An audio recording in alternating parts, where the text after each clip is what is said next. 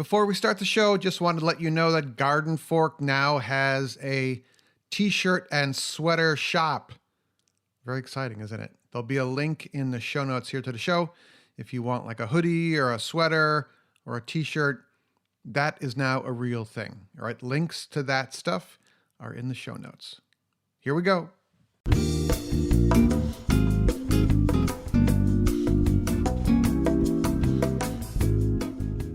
Hey, how you doing? Thanks for downloading Garden Fork Radio. It's the eclectic or perhaps haphazard DIY show. My name is Eric. I have this podcast called Garden Fork. I have a YouTube channel, the same name. Very kind of all over the place, DIY and whatever comes into my head and my friends' heads. Today on the podcast, I have one of my closest friends, Rick, with me. Hey, sir. Good morning, Eric. How are you, my friend? I'm good. If I could wake up and walk and talk, that's pretty good, you know? Oh, yeah. You wake up on this side of the grass, or as my neighbor down the street says, it's always better to be seen than to be viewed. I've actually been using this winter one of those, it's an LED seasonal affected disorder light when I have breakfast. I have it pointing at me. I have one pointing at me right now. And it seems to help. Yes. And it was like, I'll link to the one I have. It's like $35. And I'm like, because I was kind of not feeling, just having the winter blues there. And I thought, you know, I do my meditation. I go out, I exercise. Let me pull out that LED light I bought a while ago. And it is bright, but you can still read your iPad or read a book or whatever while you're having oatmeal. And then I just kind of noticed, you know, I'm not as in the dumps in the morning. So. Well, and that's the reason I've had mine for a good while now. I think I've told the story before. I tell every story. I only have 3 stories, so I had to repeat them here. Here we go. But after Vietnam, they sent me to Misawa, Japan, which 134, 150 inches of snow a year. Yes. And it was so dark, I couldn't take it. I had them send me back to Vietnam. Yeah, it was bright. It was sunny. It wasn't at that time all that dangerous where I was, and I'd rather be in the tropics than somewhere up far north. So I need the sunlight. I'm like a newborn spider. You know, I just need the warmth and the heat and the sun. All right. So today we're going to talk about the sap season and the rolling tool cart video I just posted. This cool LED camera light, and we have an iTunes review and some viewer mail. Oh, terrific. That's a full show. So up by me where I have my little weekend house in Connecticut, Northwest Connecticut, in the middle of nowhere in the woods, sap season, the maple syrup tapping trees date that we usually tap trees is President's Day, or as my neighbors refer to it, Daytona 500 Day. And and I've been looking at the weather. I use the Weather Underground app, which I really like. And some of my friends are like, we should start tapping. You know, some of my friends that just tap a couple of buckets and they bring their sap over to my house to boil. And I'm like, yeah, it's too early. And then I looked at the weather history and the weather coming, and we're having sub-freezing nights and warm days. And I'm like, we're 3 weeks early here.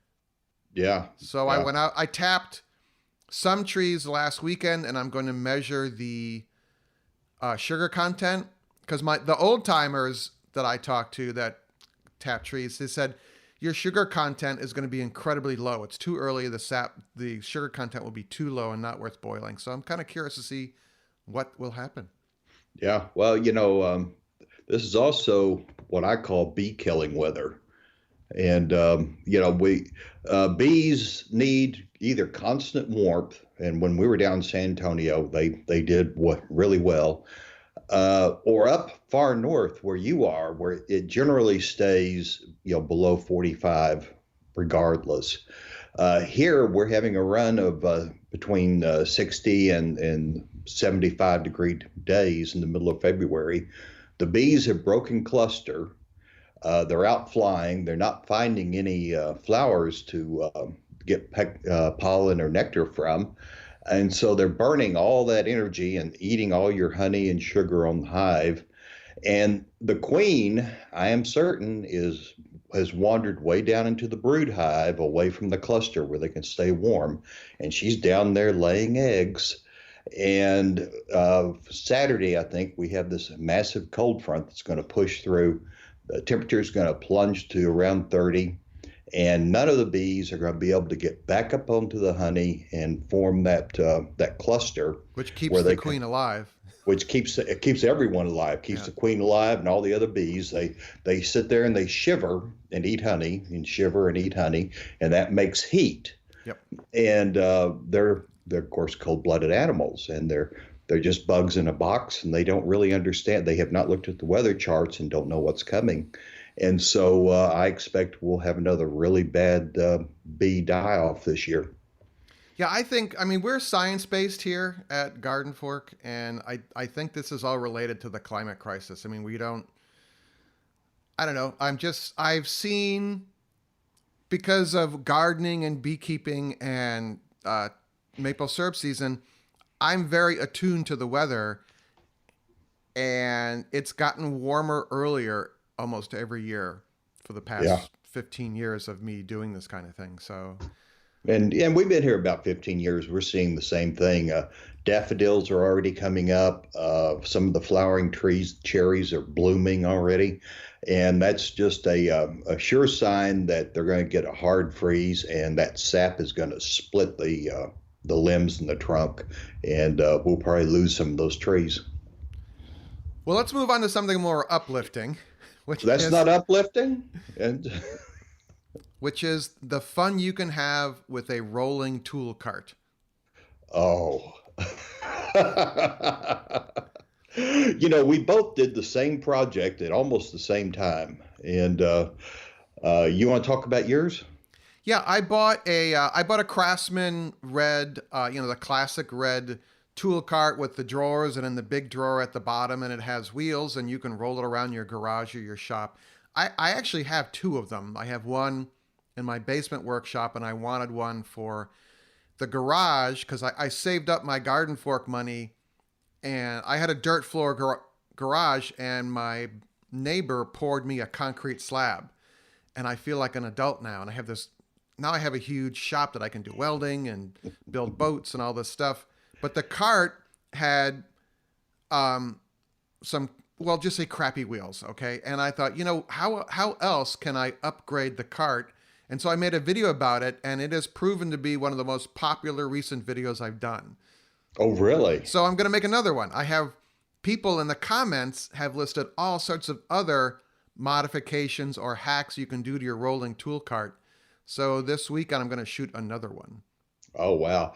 We bought exactly the same cart. It's a, 5 drawer. Yep. And, there are, I think, 2 small ones, 1 medium, 2 fairly deep ones. Yep. And we both went to the same cheap tool place down the road that sends you a coupon every 30 minutes. And took our wheels that came with the cart, which were cheap plastic, crappy wheels that won't roll over. I mean, a speck of dirt underneath them and they jam. Yeah, it goes. Yeah. And we went down there and matched the hole pattern on the plate to put it on the cart, and bought some really nice, high quality caster wheels. Now, I got 4 caster wheels per cart. You mean the swivel wheels, the ones that swivel and spin? Yeah, the ones that swivel. And I got 4 of those, which is pretty good, except we're on a pier and beam house, and I found out our house isn't really as level as I thought it would. It was kind of like my office here. Yeah, and so I have to keep one of the carts locked, the wheels locked, in order to have it not just migrate across the room at various times. But mine are in the bedroom. I have 2. One is for camera gear, and the other is for computer gear. And they're just amazingly versatile. Each drawer will hold 100 pounds.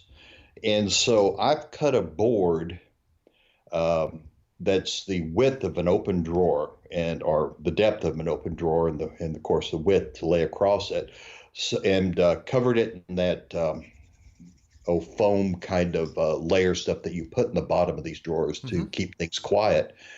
And so I have essentially a workbench, a pull-out workbench next to my desk here, or my computer trolley that my computer's on, where I can do fine work, set up lights, put clamp on a vise, do electronics work. I'm fooling around a lot with Raspberry Pi right now. Yeah, those are great. Small little computer, and so it drops in there.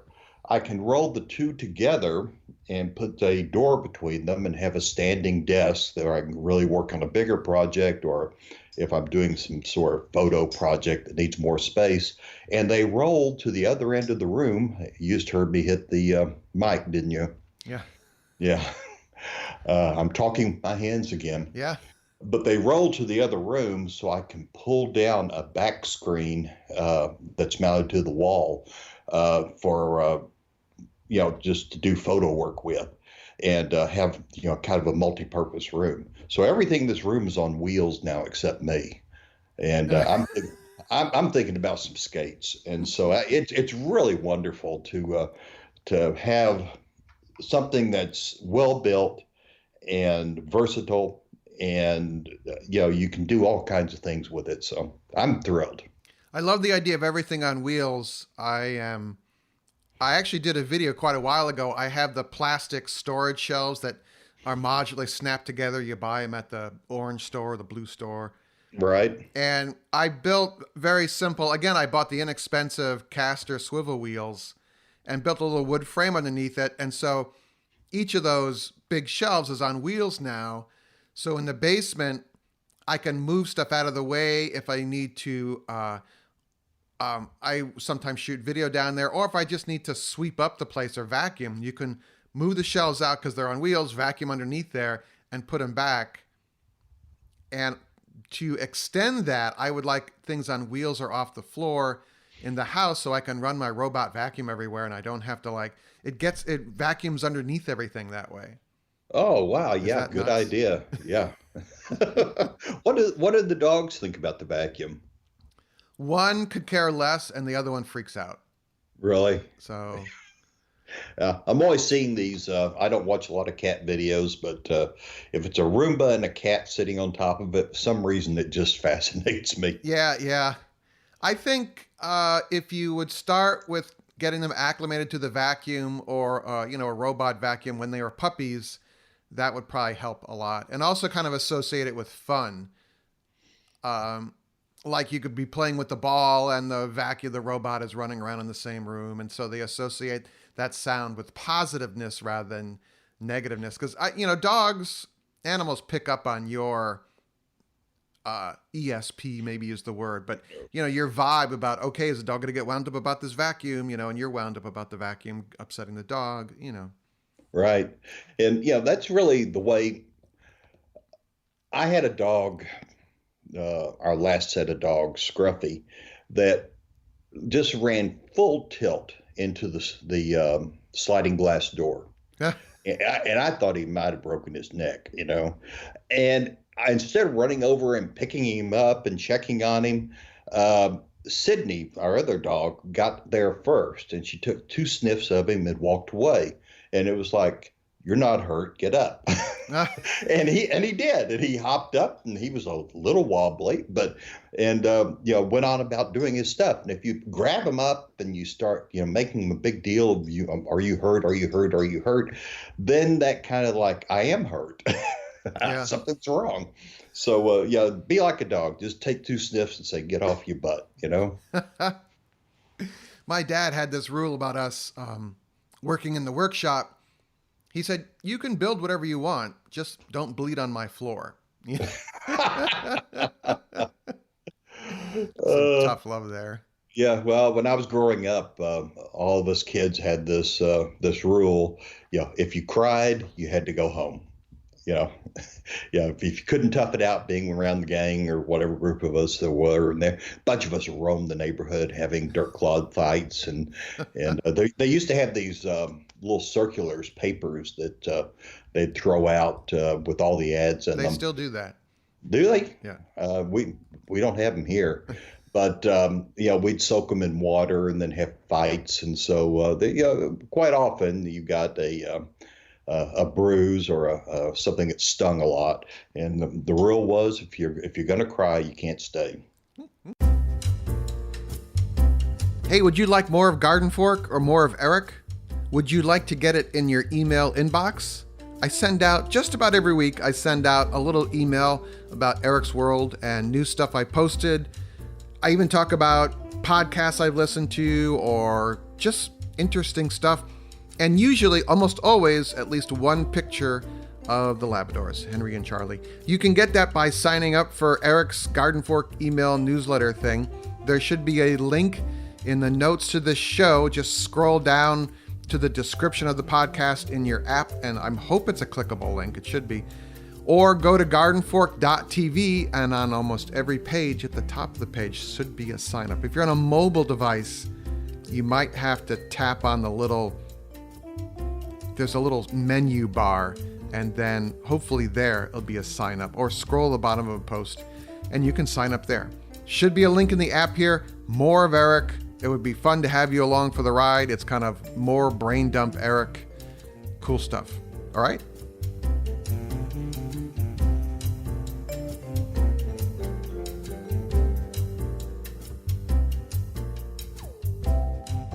So, moving to a new subject here. The other day, this box came, and I hadn't ordered anything. And so I texted my father-in-law, and I'm like, did you send me something? I got this box I didn't order. He goes, well, let's hope it's not a bomb, because he is not on the internet, and he's always, he's always like, are you sure you're okay being on the internet the way you are? I'm like, yeah, it's fine, and I said, people send me things. It's very interesting. And I open it up. It's this very cool compact LED light that is about 4 inches by 3 inches, I'd say. And it can create different colors and also the color white in a range of color temperatures. And it's amazing. And you can control it on the little light or with an app. And it ends up that Rick sent this to me. I did. I saw one on the internet of a YouTube video, and I was fascinated by it.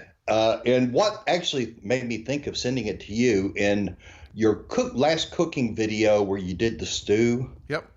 Oh yeah, Allison Roman stew. Yeah, the chickpea stew. Yeah, the chickpea soup or stew. You had just mentioned briefly as you were going on that you had CTO'd your glass, your window. And I figured most people didn't realize what that was, but I knew because you're educated in photography, and I have just a amateur's background knowledge, that what you had done is put an orange gel, what's called gel, but it's actually like cellophane, over your glass, because it clashed the bright sunshine, the color, the temperature, we call it, of the sunshine coming through that glass clashes with the lights above your range and there at your island that you were working on. Right. And it makes it look funny. And I've noticed in your video when those mismatches before, probably most people don't. But this light will actually generate a CTO temperature for you. And it has lots of other great features. Yeah. So for everyone CTO is called color temperature orange, I think. But it changes. The color temperature of sunlight is a very blue-white, and your indoor lights, the bulbs are usually warm white, so it's more of an orange kind of white. And if you shoot video with window light and indoor light, it can look kind of weird. Yeah. So you buy this inexpensive material at B&H Photo, and I just stick it up on all the windows, and it changes the color temperature. It warms up the blue outdoor light to match the indoor bulbs, kind of close. And so it just looks lit a little more evenly. Yeah. If you take magazines like Town and Country and, I don't know, Horse and Hound or something, where they're shooting these beautiful indoor pictures, and there are big skylights in the picture, Yeah. or there's big sliding glass doors, a crew has spent most of the day before usually putting CTO over all that glass so that it will match the inside temperature of the picture when they're shooting natural light of these beautiful furnishings and lavish layouts on tables and that kind of thing. So it's a big deal in photography. Yeah. Also, instead of trying to change the outdoor light when we would shoot stuff like that, this is why I wouldn't work for architectural photographers, is you can change the color temperature of the indoor bulbs. So we would actually gel the lights inside to be a cold blue rather than gelling the whole. It just depended on the job, but Right. I've spent a lot of time changing the color temperature of sunlight. Well, and now one of the things I think is most fascinating about the human brain, and this is kind of one of the things that got me into photography, is particularly back in the film day before you had white balance control on digital cameras. Right.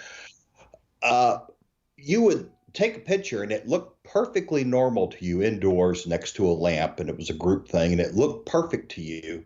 But when the picture turned out, everyone was orange colored. Yep. Or if it was under fluorescence, everyone was green colored. But they looked perfectly normal when you saw them. And that's because that color in the picture is the actual color that is there. And you have this knob in your brain that adjusts to real life color to change the color temperature of a scene to match what you think it ought to be. Right. It's an automatic white balance in your brain. Yeah. And it is one of the most phenomenal things I can think of about the brain. I'm sure it does other things. Mine doesn't, but it might do other things. So to go back to the light though. Yeah. What I love about it is it has a hot shoe mount. And so you can put on top of my video camcorder or a DSLR, and it's a great for a fill light. Like you have to jam the camera in. Like I'm doing a video about rebuilding the snowblower that got full of mice, a mouse nest. So you can light small areas that wouldn't normally be lit. It works really well for that. And also, it's a great what's called eye light. It will fill out a face if you're doing a portrait or doing a close-up of someone talking. It's quite well. And yeah, you control both the temperature, the color temperature, but you also can control the intensity. So Yes. you get a lot of variability with it. And it has a magnet on the back of it. Yeah, I had it on the refrigerator the other day. Yeah, and so you can stick it up inside something as you're working on it and have some light flooding down and make it a little more photographic or photogenic. And then, of course, it has the toy modes, which I think are really great. One of them is fireplace or campfire, and you point it toward your face and you set it to campfire, and it flickers like you're sitting in front of the campfire. So if you see Eric doing that, you'll know he's actually faking it. And then it has several different police car modes of flashing lights. And so when Eric's pulled over for DWI again, well, then he'll, you'll never know if it's real or not because he might be playing. So you with could it. have that off camera coming through. It could be at night, and you could have that LED light coming through a window, and you're like, "Oh my gosh, the police are here." Yeah, You know? exactly. I mean, that never happens to us, but Yeah. And then there's fireworks mode. And so, it's like you can look up and it'd flash on your face like you were watching fireworks pop.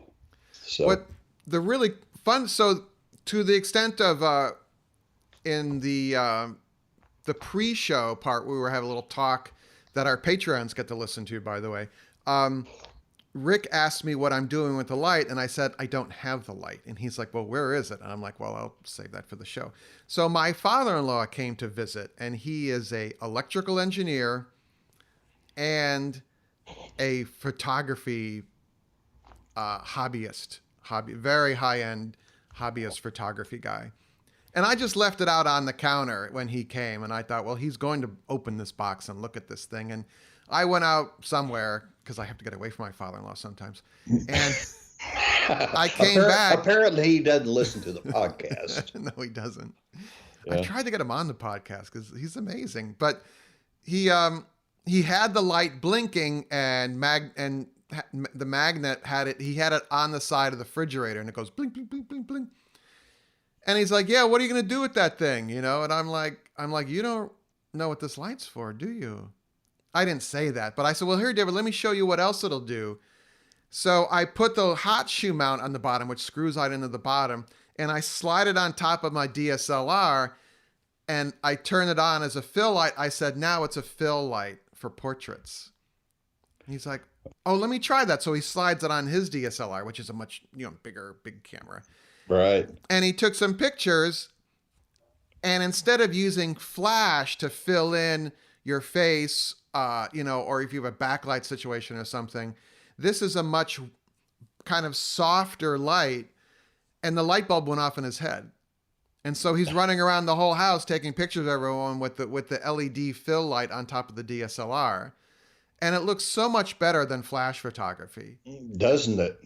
And then he said, so he came to visit because he was going on a trip with his wife to Ecuador. They love to travel, and they come through to New York to get a flight or a cruise boat or something.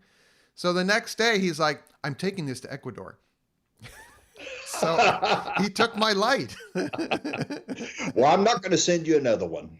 He could buy me one, Yeah, yeah. But I think it's just a fascinating technology, and it simplifies any kind of photography you're doing. If you just need a little fill light, it looks like you need a kind of a golden reflection from one side of the face. You can turn the intensity way down, but still get just a little bit of something to silhouette that nose and the lips and stuff.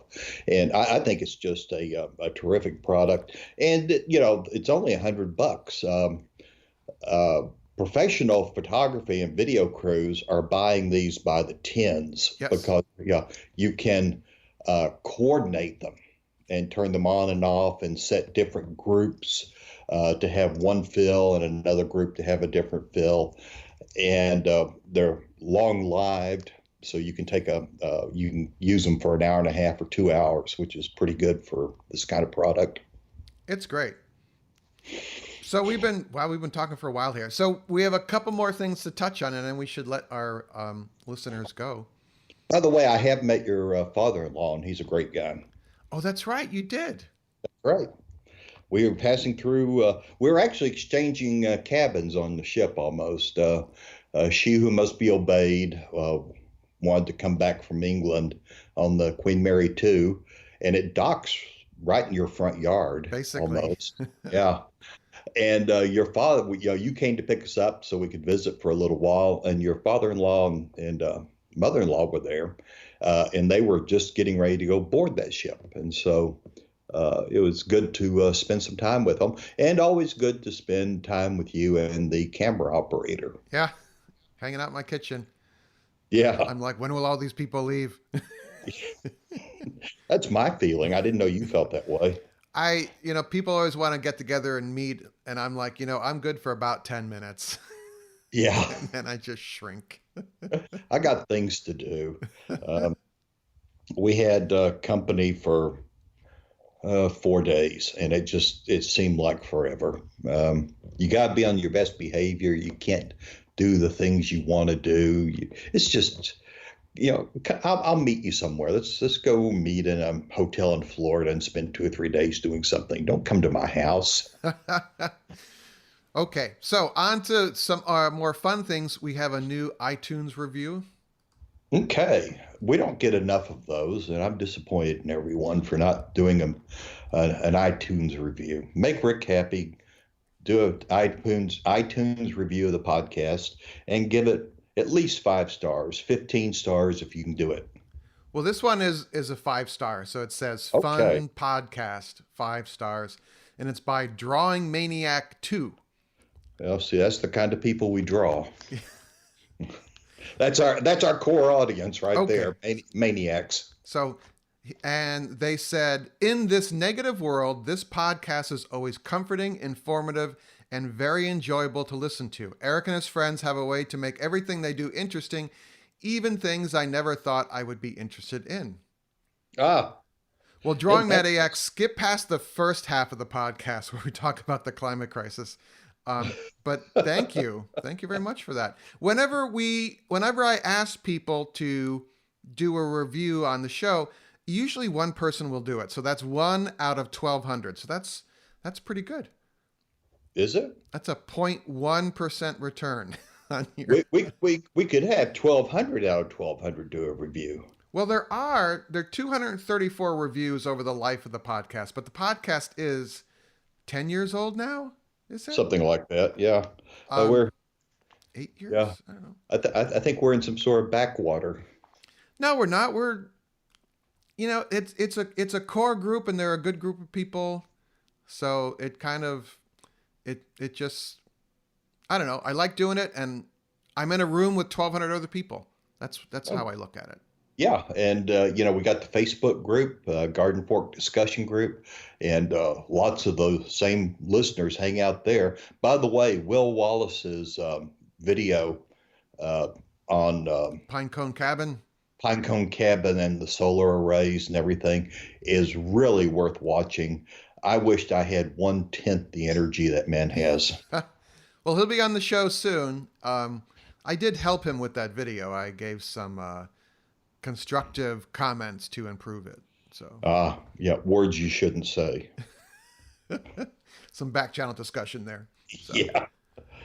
All right. So I imagine people have arrived at work, their commute using public transit, or maybe they rode their bike. If you're riding your bike, maybe you shouldn't be listening to podcasts. Oh, I listen to podcasts all the time on the bike.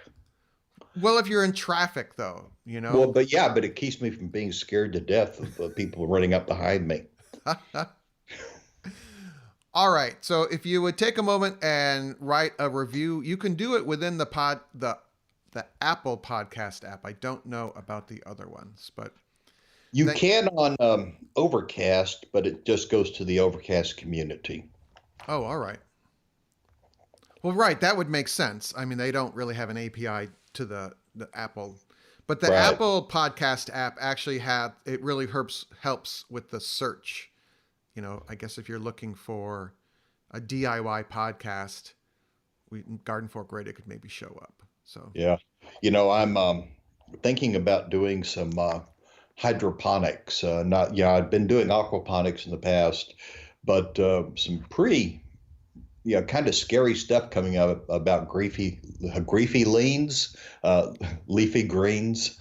And Consumer Report had an interesting piece on it. And I'm like, I can grow my own hydroponic lettuce and kale and all these leafy greens, Swiss chard.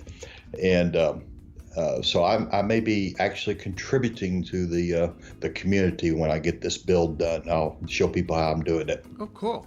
All right. So that's on Facebook. We'll link to that in the show notes here. Everyone, have a good day. Next show, we're going to talk about this new Patreon bonus video. I forget what to call it yet. So it's a bonus. Are you done shuffling your papers? Oh, sorry. Rick, it's it used to be so easy to do the podcast with you, and now I'm like, what are you doing? Well, I have a lot of things on my mind today. Okay. And so. All right. Well, thank you for taking the time, Rick, and thank you all for listening as well. And go out and do cool stuff. All right? Talk to you later, my friend. Have a great week. Garden Fork Radio's executive producer is Jimmy Goots. You can find more information about Jimmy and the custom hollow books he makes at hollowbooks.com.